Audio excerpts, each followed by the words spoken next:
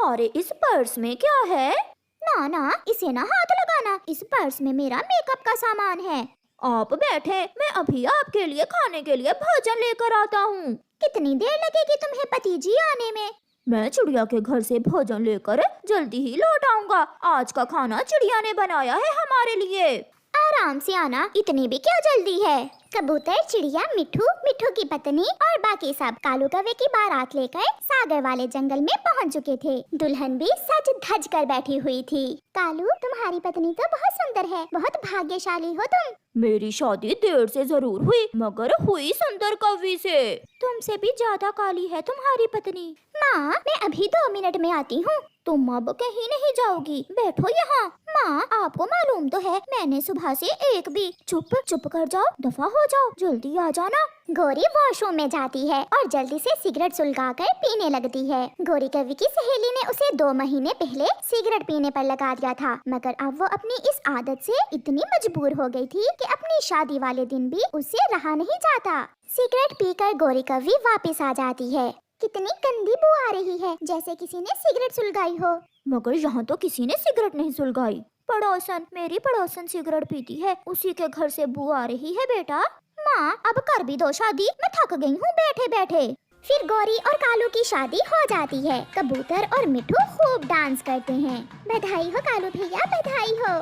कालू भैया, अब हम सब कल आपके घर मिठाई खाने आएंगे। कौवा और कवि घर पहुंच जाते हैं। दुल्हन बनी बैठी कवि बहुत सुंदर लग रही थी। कालू चला जाता है और गौरी खिड़की से कालू को जाते हुए देख रही थी। इससे पहले कि पतिजी लौट कर आ जाए, मैं जल्दी से एक सूटा लगा लेती हूँ। गौरी कवि अपने परस से एक सिगरेट निकालती है और उसे सुलगाकर लंबे लंबे कश लगाने लगती है। चिड़िया बहन, खाना तैयार है क्या? हाँ कौवे भैया, मैंने बहुत स्वादिष्ट खिचड़ी बना कर रखी है आपके लिए और आपकी पत्नी के लिए। वो अकेली होगी, अब मैं जाता हूँ। फिर कालू कौवा जल्दी से खिचड़ी लेकर वहाँ से चला जाता है। दूर से कालू को आता हुआ देखकर गौरी आधी सिगरेट बुझाकर फेंक देती है। ये बू कैसी है? धुएं की है शायद, मगर घर में तो आग जलाई ही नहीं आज। वो मैं रसोई में गई थी, चूल्हा जलाकर देखा था मैंने। अच्छा अच्छा, लो ये खिचड़ी खाओ, बहुत मजे की है। फिर वो दोनों खिचड़ी खाते हैं। सुबह हो जाती है। अब गौरी किसी न किसी तरह सिगरेट पीना चाहती थी। वो सोच रही थी कि कैसे सिगरेट पिए। वो कालू से कहती है, कालू जी, मैं जंगल में घूमने जा रही हूँ। मैं भी जाता हूँ साथ। नहीं नहीं, आप कोई काम वाम है तो कर ले, मैं अभी थोड़ी देर में लौट आऊंगी। गौरी जल्दी से अपना पर्स उठाकर भाग जाती है। वो पहाड़ों के पास वीराने में जाती है और इधर उधर देखकर अपने पर्स से सिगरेट निकालकर सुलगा लेती है। कमबख्त, बहुत गंदी आदत है, जब तक पी ना लूं सुकून ही नहीं मिलता। गौरी मजे मजे से बैठी सिगरेट पी रही थी कि कबूतर उसे देख लेता है।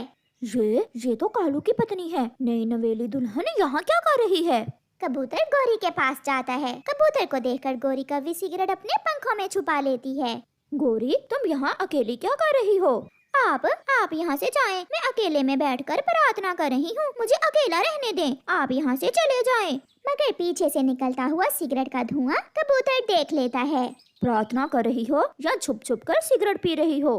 मेरे पति को ना बताना प्लीज, अगर तुमने देख ही लिया है तो मुझे सबके सामने बदनाम ना कर देना।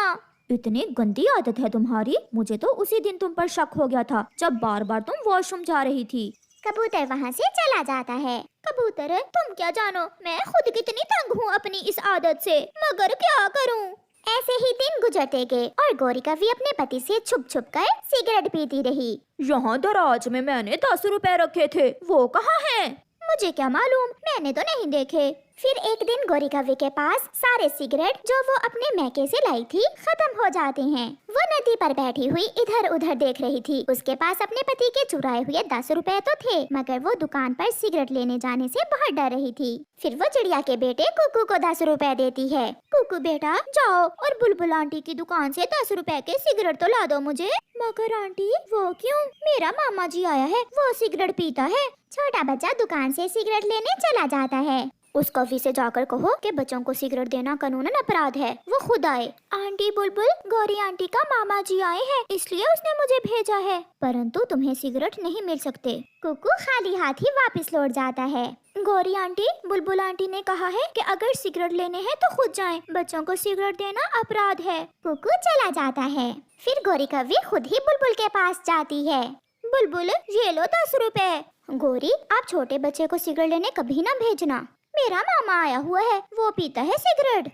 फिर गौरी कव्वी बुलबुल से सिगरेट लेकर घने जंगल में चली जाती है। वो छुपकर बैठ जाती है और सिगरेट सुलगा लेती है। उसका पति वहाँ से भोजन लेकर गुजर रहा था। वो उसे सिगरेट पीते हुए देख लेता है। तो अब मैं समझा, गौरी मेरे साथ कहीं क्यों नहीं जाती। ये छुप छुप कर सिगरेट पीती है। कालू कौवा कुछ कहे बिना वहाँ से चला जाता है।